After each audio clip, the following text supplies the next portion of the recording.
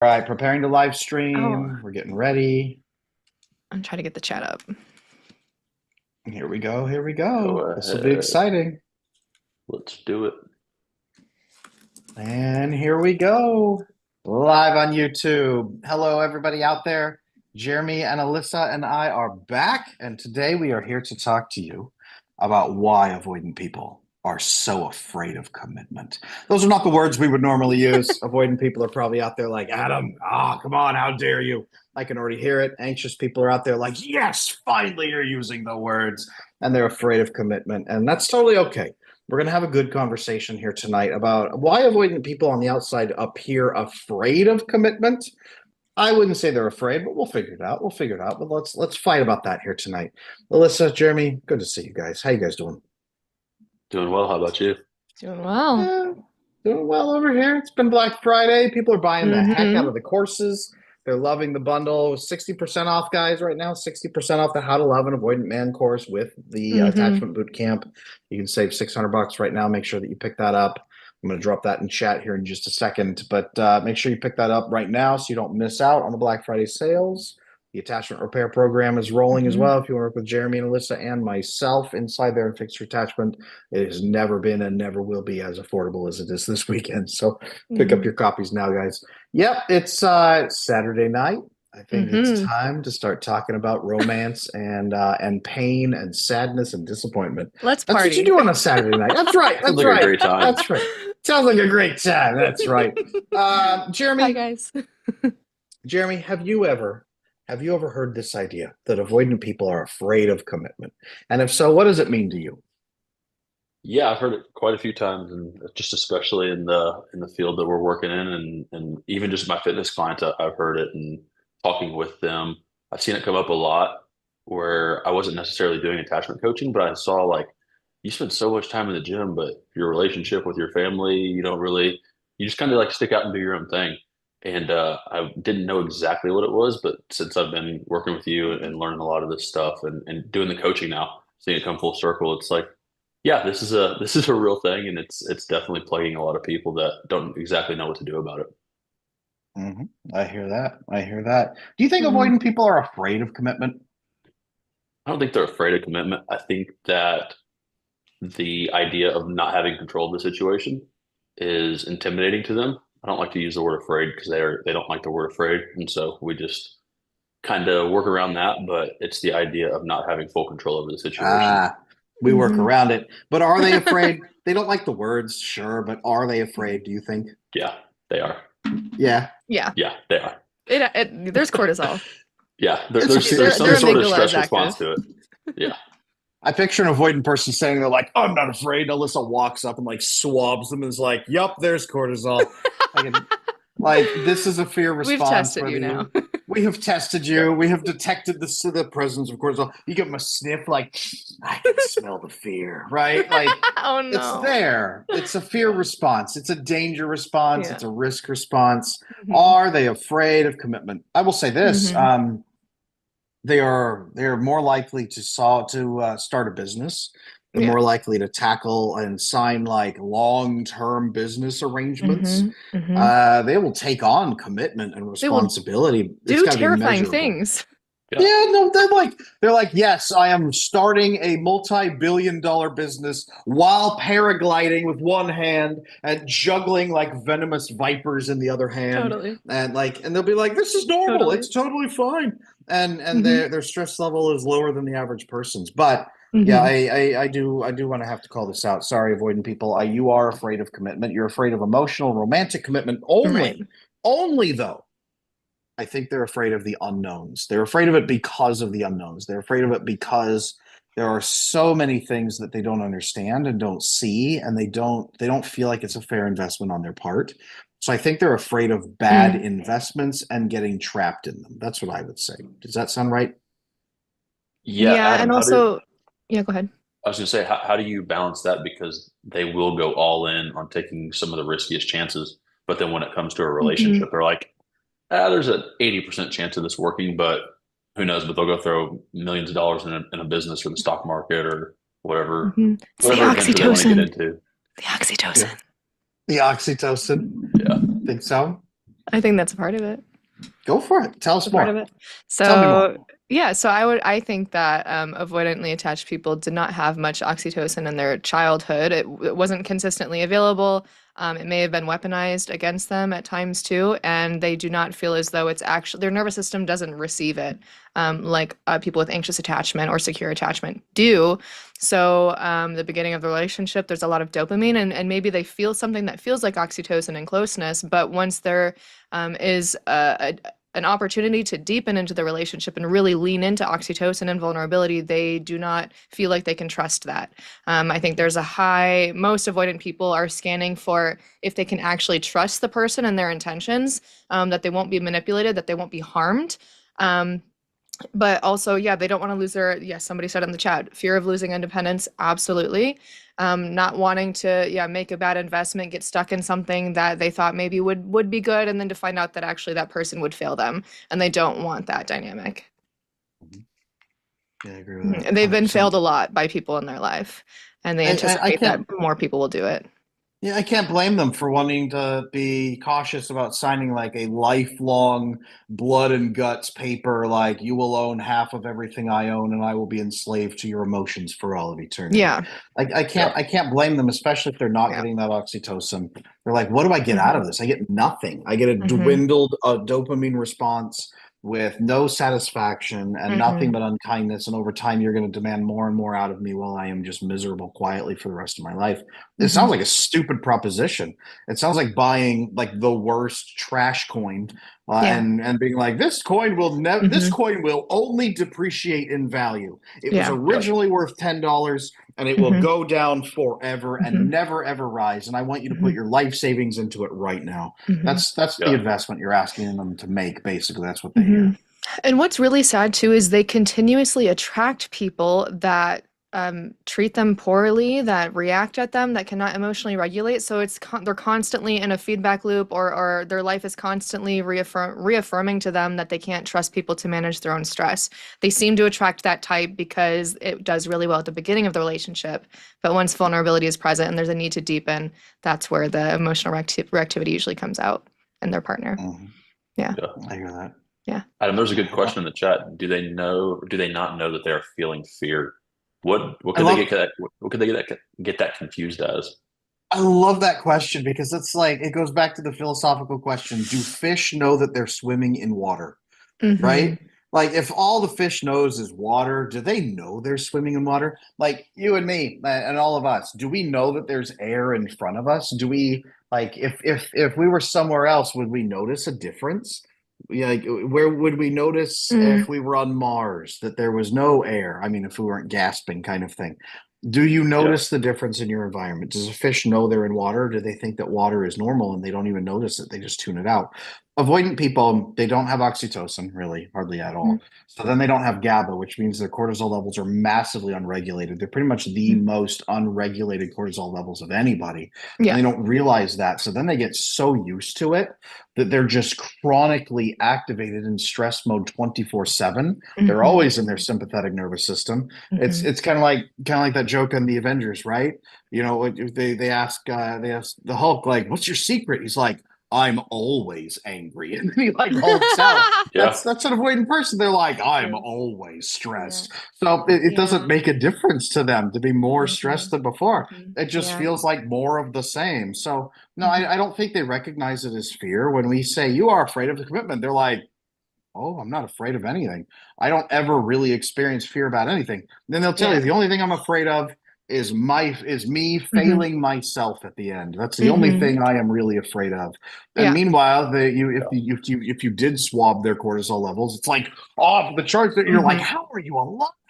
Like you take their blood pressure, and it's like this is squirting out of your eyes because your blood pressure is so high. But they're like, I feel fine. This is an average day. I'm actually fairly relaxed right now.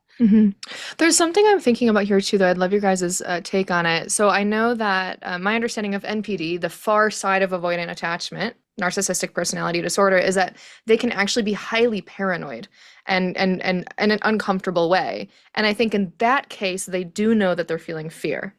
What do you guys think? Good question. They do recognize the fear that they're feeling, but then they blame it on other people and become paranoid about it. Jeremy, I'd love to hear Right. your take on that before I give mine.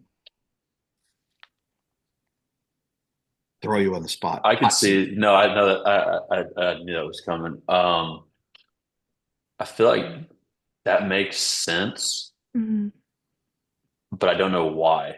I don't know why Mhm. it's one of those things where Mhm. it's like it goes together, but it's like what's the connecting piece of that? I could definitely see that happening, and have that being the case for them, Mhm.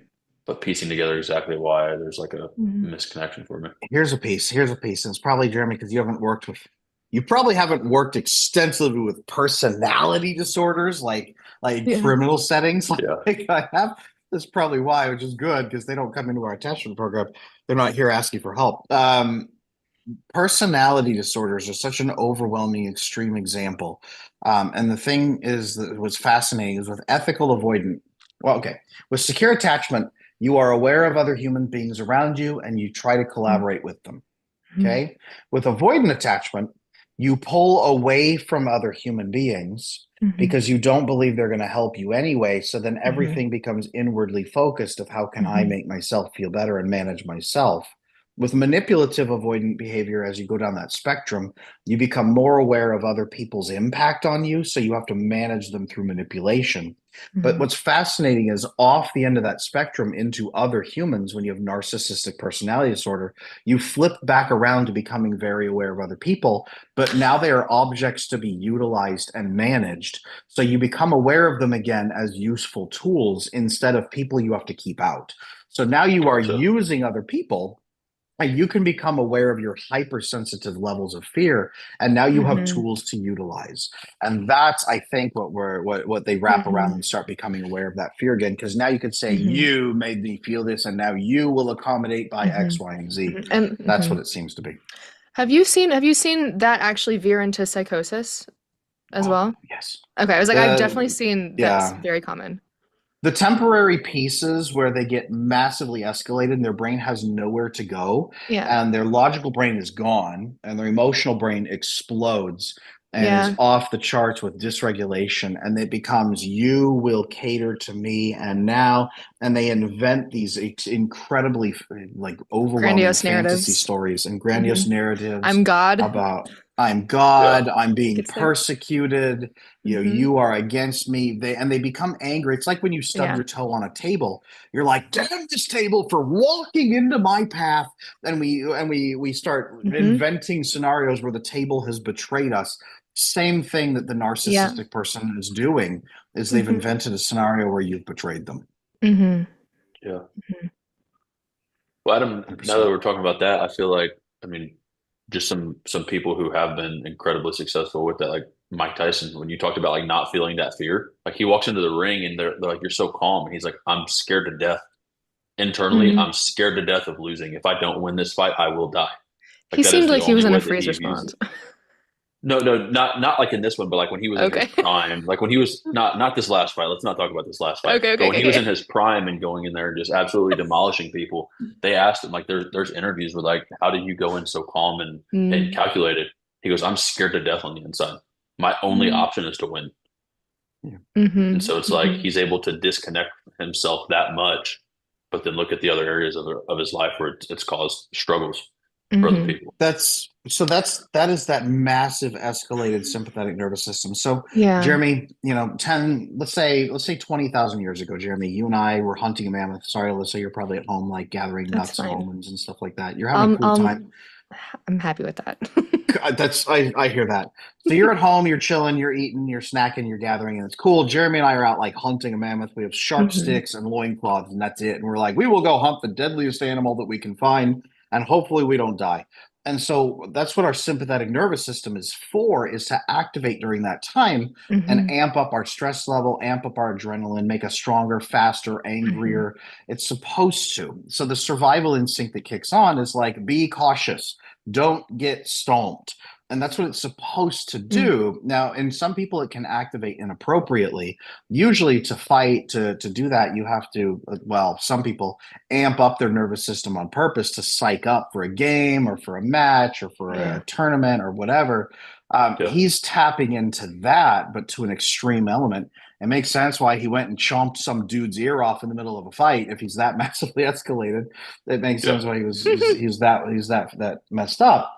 Um, but yes, if you're that overclocked, that begins to feed back into the rest of your life. Mm, And that's an ongoing trauma response. That's tapping into a trauma response and then utilizing it to drive yourself to success, which again is what trauma is supposed to do, is survive at mm, any cost. And then you put yourself in survival circumstances over and over and over. mm, But he probably is going to have a hard time if he tries to sit down at a quiet dinner with his girlfriend and listen to her day and share emotional intimacy mhm. and Yeah. make her feel snuggly and safe. He's probably going to have a hard time. He's always threat detecting.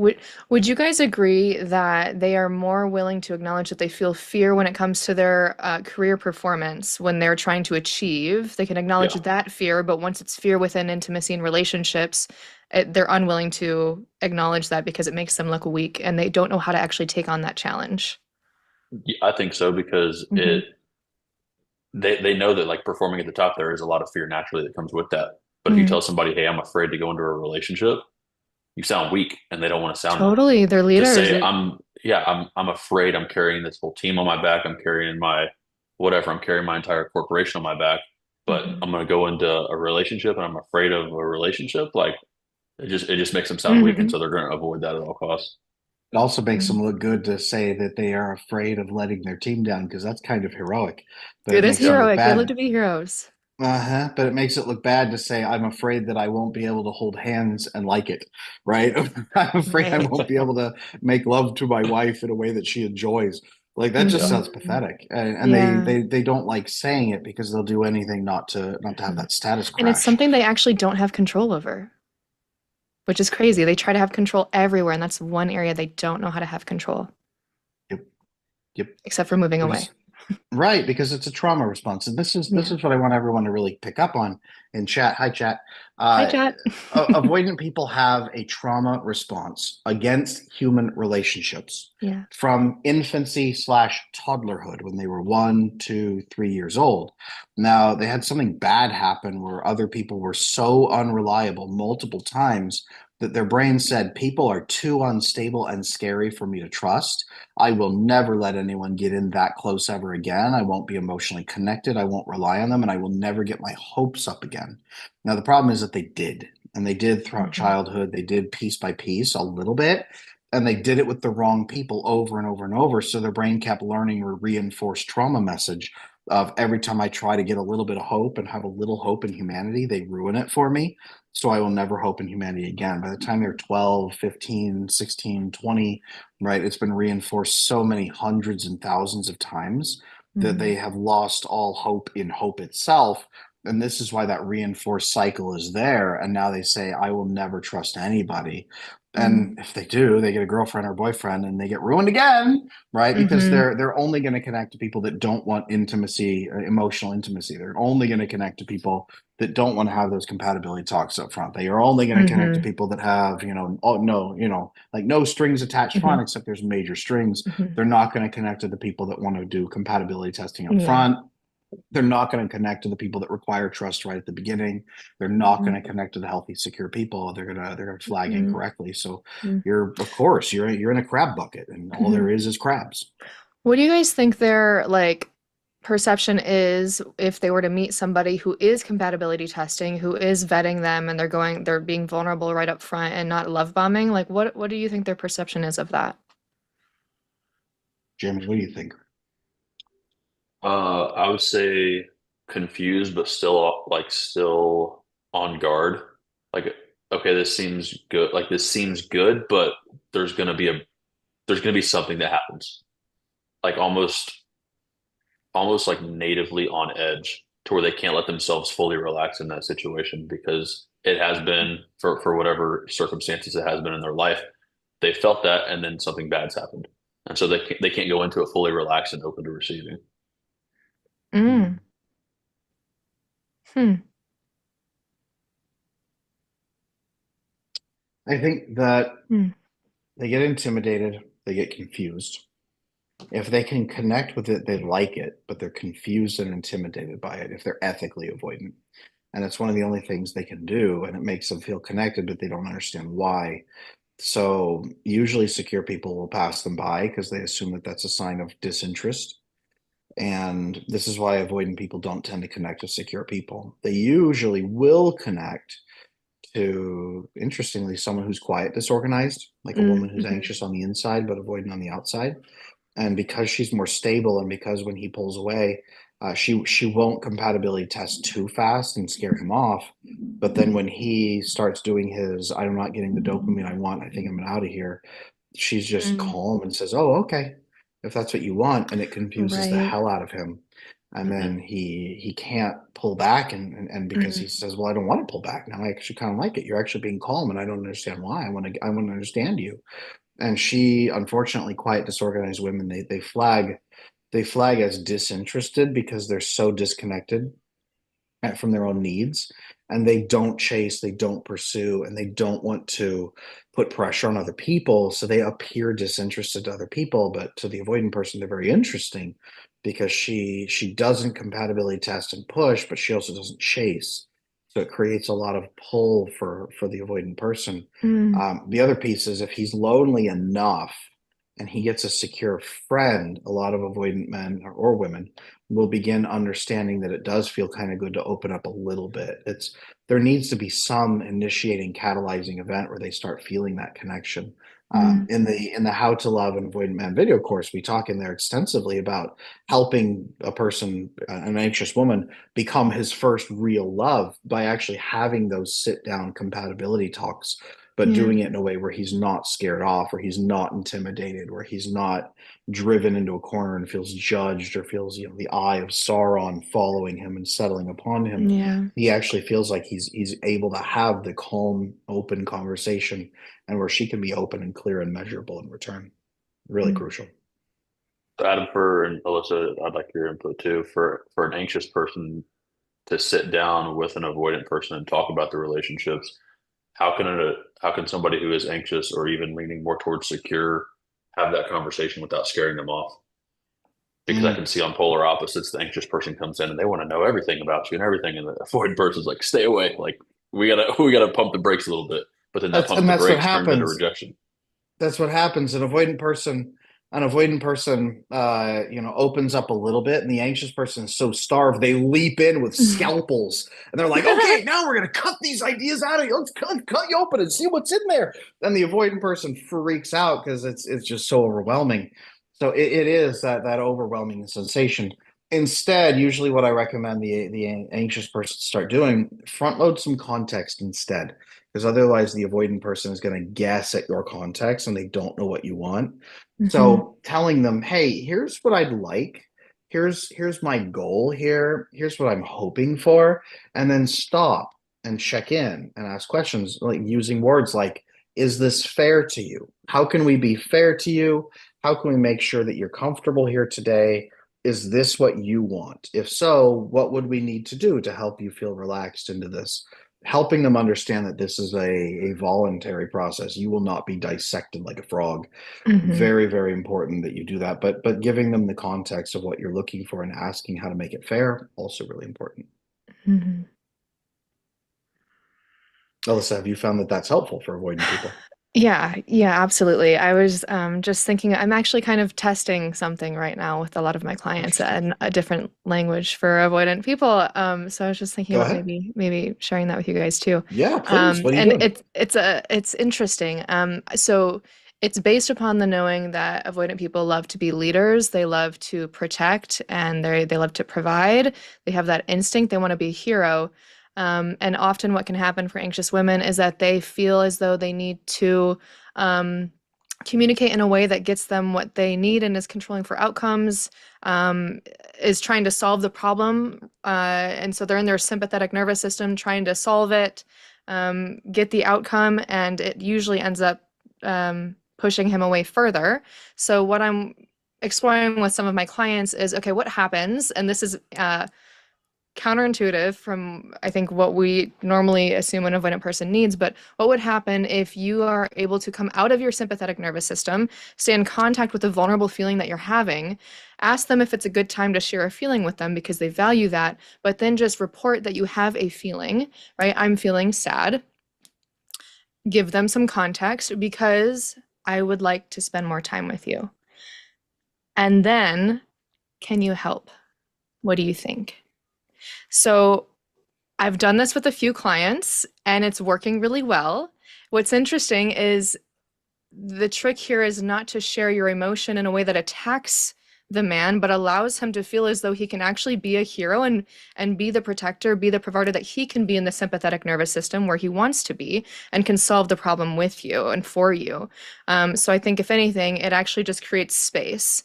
And where the woman does not have the anxious, if we're looking at anxious woman, avoidant man, the anxious woman does not have to solve the problem, doesn't need to figure it all out. Maybe she has an idea of what might work and she could suggest that, but it's been interesting to see that a lot of these avoidant men are responding well to it, just being presented a feeling vulnerably, and then she allows him to solve it for him or for her. It's interesting. What do you guys think about that? What do you think that I'm testing this thing? Not surprising, to be honest with you. Ethically avoidant men are not the unfeeling, angry, hurtful monsters that they're made out to be. They actually do care. It's Absolutely. that they don't usually understand the role of feelings and why it's important. So if it's presented as useful data that makes sense, they'll help. They don't usually want their loved ones to be in pain, so it makes sense they try to help. They don't usually see a solution to the feelings except to stop having feelings. But if they can find a reasonable way of navigating through it, and if it was presented calmly in a logical way from the logical brain, and Totally. that they knew the other person was going to work with them reasonably, makes perfect sense. I've seen tons of my clients when they're avoidantly attached. If I can help the anxious person, usually the woman, but sometimes the man, if I can help the anxious person explain their emotions in a logical way that makes sense and show to the avoidant person that their partner is not out of their mind while talking about their feelings and completely dysregulated just from having realized they have an emotion. If you can say, this is an experience I'm having, but I want to resolve it. If the avoidant person can step in and help them resolve it, usually they will. Yeah, I'm feeling Usually sad that because makes sense. XYZ. Like, I would love your help. Would I love would your love your help, suggestions. and You then we have any can resolve it, advice? and it will go away. Yeah. And I won't keep attacking you. Yeah. And I think I think the women that I've been teaching this to and kind of exploring this with, it's really allowing them to come down out of the sympathetic nervous system, to where they can really just stay with the feeling that they're having. And it doesn't need to come out through a projection or attack, blame, criticism. It's really pulling it back to you, which is the parasympathetic nervous system. Yeah. Yeah. You talked earlier about like wanting to feel like the hero or feeling like the one to fix the problems. Like if they're in business and their business partner or somebody below them is like, hey, here's the issue. Here's what's going on. Can you help me fix this? Or can we work together to fix this? Business is going downhill and they're like, hey, we need to make a course correction. They give it in a way, it puts the power into their hands of like, yeah, like let's do this and let's make this issue go away. And so if they see you experiencing feelings as a problem or you're feeling sad, and like Adam said, they don't want you to feel that way, they're going to step in and do what they have to do to make it work. Makes sense. How can we work this back to our original topic of avoidant people seeming to be afraid of commitment? So we've talked tonight about they do well when you can package things up as a logical, reasonable argument. They do well when they understand oxytocin connection, when they can experience it for the first time. When they see They that you do can manage your emotions too. when they see that you regulate and that they can have a reasonable conversation with you instead of you Yeah. lunging at them and strangling them with your feelings. They do well when they understand that it's a fair, balanced structure and that you're interested in caring mutually for each other instead of harvesting them for your own emotional gain. They do well when that's the case. Jeremy, what have you seen? You've seen plenty of clients. What have you seen be successful in helping an avoidant person understand the benefits of commitment instead of just the risks? I would say the terminology that you use a lot in terms of viewing it as an investment, viewing it as like what's the return on investment that you're getting from this, and making sure that your guys' mission is aligned. That's been one of the biggest things that I've seen because people are able to if you're an anxious person and you're able to use that language with them, it shows that you're understanding things from a logical perspective. And so they're going to be much more open to hearing you out and it not being something where you're just bombarding them with emotions. And it's something like, Hmm. okay, they understand my language. This is something that I'm interested in moving forward with because it's not going to be something where I'm just completely overwhelmed. It helps lower those the barriers that they have between them and the other person. And so by lowering those and allowing them to open up and share that, that's going to help um, just help guide them in that relationship or in whatever relationship it is. Help them to be more understanding and be like, hey, this person isn't crazy and they don't think I'm crazy. And so like, we can, I'm willing to make that investment with it. I agree with that. Alyssa, what has been successful in your work in helping avoidant people understand that commitment has a purpose or has a value? What has worked? Mhm. So I generally take an approach with avoidant people that uses a lot of nervous system language, neurochemical language to help them get the physiological benefits that they can have when they choose a healthy partner. That's of high value to them. They really value their health and understanding that having the right relationship can help you have more success, more wealth, better physiological health, and just overall fulfillment if you find the right person to decompress your nervous system with. So that's generally one of my biggest selling points is you can reduce your allostatic load and not have as much disease and illness later in life. Cool. Yeah. Hmm. What I have seen be really successful is this, and this is an interesting piece I think you guys might like, is letting the avoidant person actually tell their partner, I don't see Mm, value in commitment. I don't see how this is helpful. I don't see how this is useful. I don't see how this will make me happy or make us happy. mm, Because when they can do that, if the anxious person doesn't say, "Oh, what do you mean? I don't have value to you," mm, and personalize it. But when the avoidant person can say, if the anxious person, I should say, can say, you know, it's a fair point. Let's have that conversation. Let's talk about it and let's see if there's value to it or not. And if the anxious person can say, I don't want us to do anything that would take away from you and hurt you. I want us both to be okay. If they reach a place where they can have that conversation and actually show the mhm, avoidant person, I am willing to have a reasonable, mutually fulfilling relationship with you. When mhm, you can do that, mm, that mhm, actually builds the avoidant person's trust that you're going to mm, try to work with them. And they begin to experience what a committed mm. relationship would even look like that And way. it's so That it feels so different to experience Mhm. that too. I Mm, think the thing Someone that didn't scream at me. there's two things that you guys said with that, Adam. You said that they're not making it personal. Alyssa, that was something that you were hinting at too. Like mm, when they sit down and talk with them, like I'm feeling sad. It's not you're making me feel sad, or I'm mm. sad because you Right, did this. right. It's this is what's going on, and it's not something Mhm, that's an exchange of emotions from one person to another. It's like, hey, this is what I'm experiencing. Adam, you did this. You explained the mhm, same thing with that. They're not. It's not pointing fingers. It's not saying mhm, I'm this way because of you, or the relationship is this way because of you. It's just this is what it is, and that helps them to mhm, understand on a deeper level. Mhm. mhm. I Mhm. hear And that that. is so at the That's core, like that behavior too is so at the core of why avoidant people fear a relationship is because people are unable to just pull their emotions back to themselves and manage them and speak from using I language and taking responsibility and accountability for feelings and staying away from anything that sounds like blame. Um, mhm. That's it. It's in the reality, it's avoidant people want a committed relationship, but Yeah. not by the name commitment because they think commitment is scary, hurtful, pointless, and an exhausting drain on them as a human being. But they do actually want all the benefits of a committed relationship. They just don't realize those benefits come from a committed relationship. Mhm. And the anxious person wants a healthy, stable, clear, good boundaries relationship. They just don't really understand that because they've never experienced one of those that was fulfilling and bonding to them and made them feel safe. Both of them want a secure relationship. That's what they both Mhm. need. It's just that they don't really yet understand that that's even possible or how to build it. So that's why we have the attachment repair program, but that's also why we have the courses that we have, the videos. It's why Mhm. we do these talks. I hope Mhm. everybody watching this video, I hope that the number one thing I hope you guys take from this is that there is more things possible than you have been led to believe. There's more than you have dreamt of in your philosophy, Horatio. Yeah. There's so many things out there that most of you guys don't even realize you can have in relationships. There's so many talks you can have that you've never had There's so many ways you can communicate and collaborate together. You just haven't met a person that was able to do that with you. So your brain hasn't tagged yet that it's possible, but it is, and it's mandatory. And that's where commitment is actually a wonderful thing, but only when you have someone who will work with you. It is such a cool relationship to experience too. So deeply meaningful, refreshing, and they're out there. You can absolutely have them. Guys, any last thoughts to add to this topic?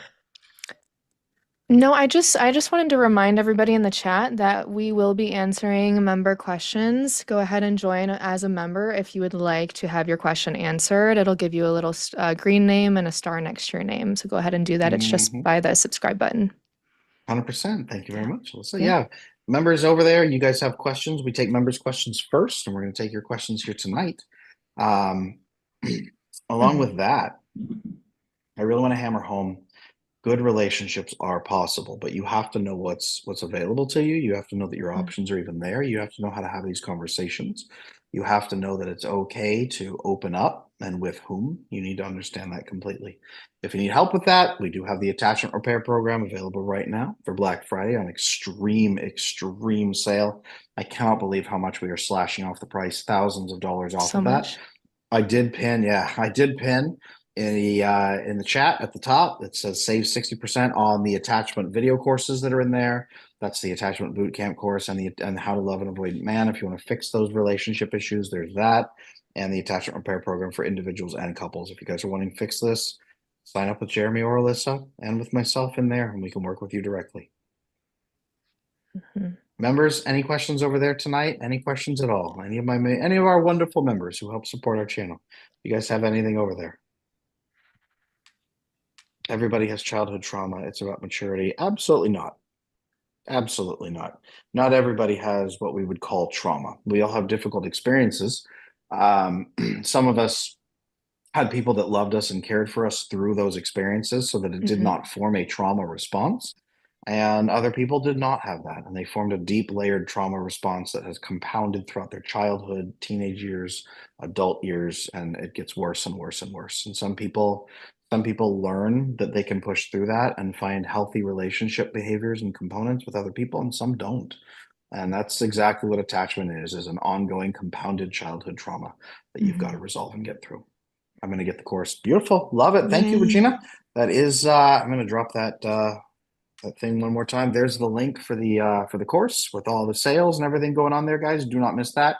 For the thousands of people who rewatch our replays on live streams, I will be pinning a comment below, so check the pinned comment and grab your copies. It's going to run through the end of the weekend, and you guys can get your copies now. If you want to sign up with our course, if you want to sign up with the attachment repair program, we can hop on a discovery call, make sure it's the right fit for you so that you get what you actually need. We're happy to do that. Shoot us an email, support@adamlanesmith.com, and we'll connect there as well. Looks like our members are sleepy tonight, or we've answered all their questions. That's totally they're fine. Not partying members tonight. That's okay. That is totally okay. Rest is good. They are resting, and they have done a lot of work, and there's a lot of good people in chat. We're glad you guys are here. For everybody at home, thank you for being here. For Alyssa and Jeremy, I'm so glad you guys are here. Jeremy, I know you're going to be leading the group coaching component this week. Alyssa, you and I are flying, and we're going to be on the podcast this week. We got some surprise stuff coming, you guys. It's phenomenal. Be good. Be excellent to each other. Take care of yourselves. Yes.